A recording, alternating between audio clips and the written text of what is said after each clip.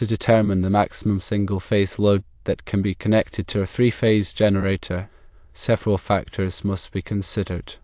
The generator rating is the first. The generator is rated at 30 kVA. This represents the total apparent power that the generator can supply. Next, phase voltage must be considered. The generator's phase voltage is 220 volts. The maximum single-phase load can be calculated using the formula: maximum single-phase load equals generator rating times phase voltage divided by line voltage, where generator rating equals 30 kVA, phase voltage equals 220 volts, and line voltage equals 380 volts since the generator is three-phase. Plugging in the values, maximum single-phase load equals 30 kVA times 220 volts divided by 380 volts. Maximum single-phase load equals 17.14 kVA.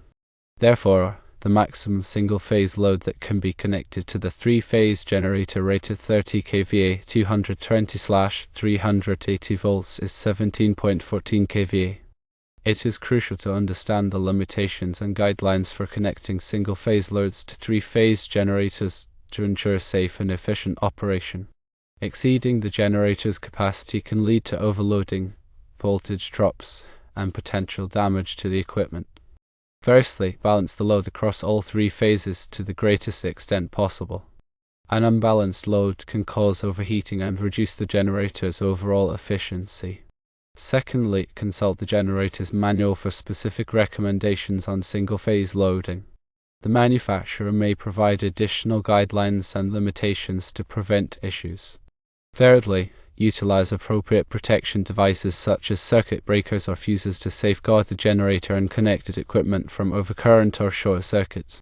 Fourthly, monitor the generator's output voltage and current to ensure it remains within the specified limits. Regular monitoring can help identify potential problems before they escalate. Fifthly, consider using a step-down transformer to match the voltage requirements of a single-phase load if necessary.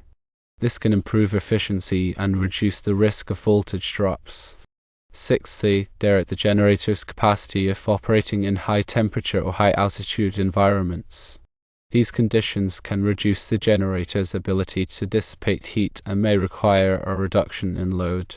Seventhly, perform regular maintenance on the generator, including inspections, cleaning, and testing, to ensure it operates reliably and efficiently. Eighthly, use appropriately sized conductors and connections to minimize voltage drops and prevent overheating.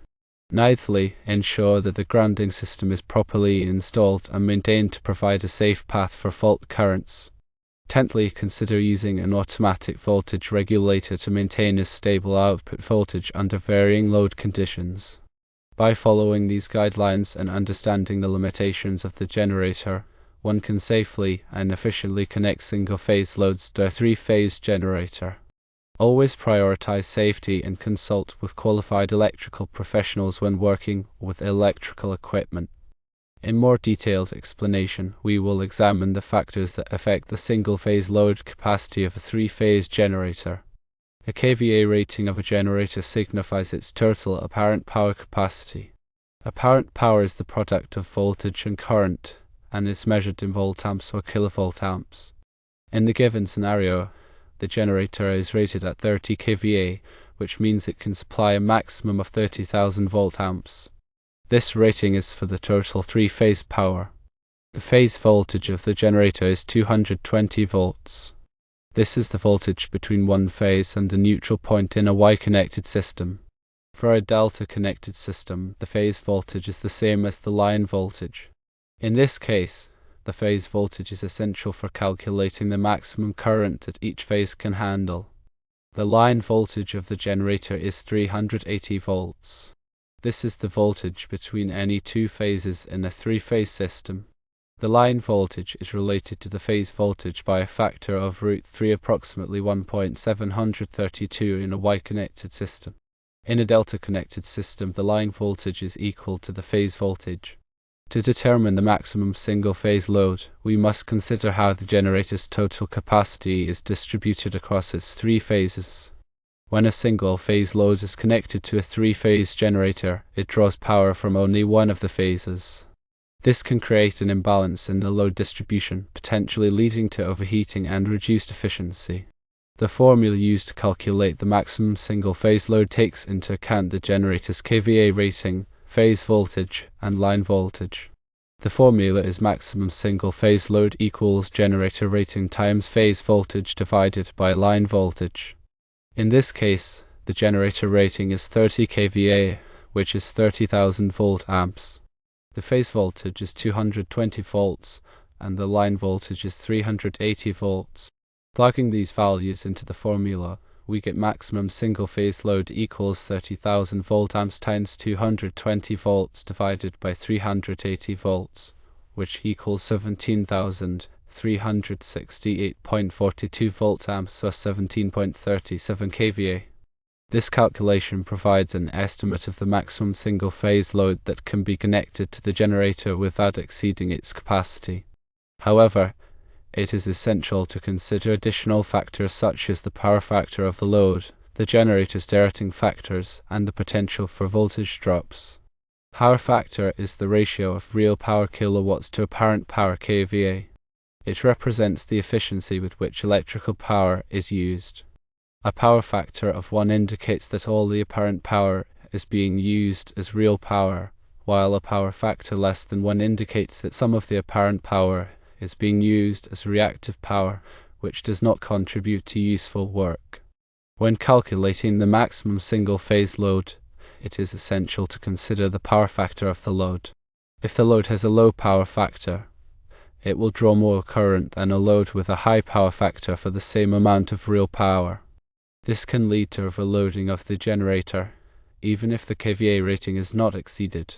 To account for the power factor, the formula for maximum single-phase load can be modified as follows: maximum single-phase load equals generator rating times phase voltage times power factor divided by line voltage.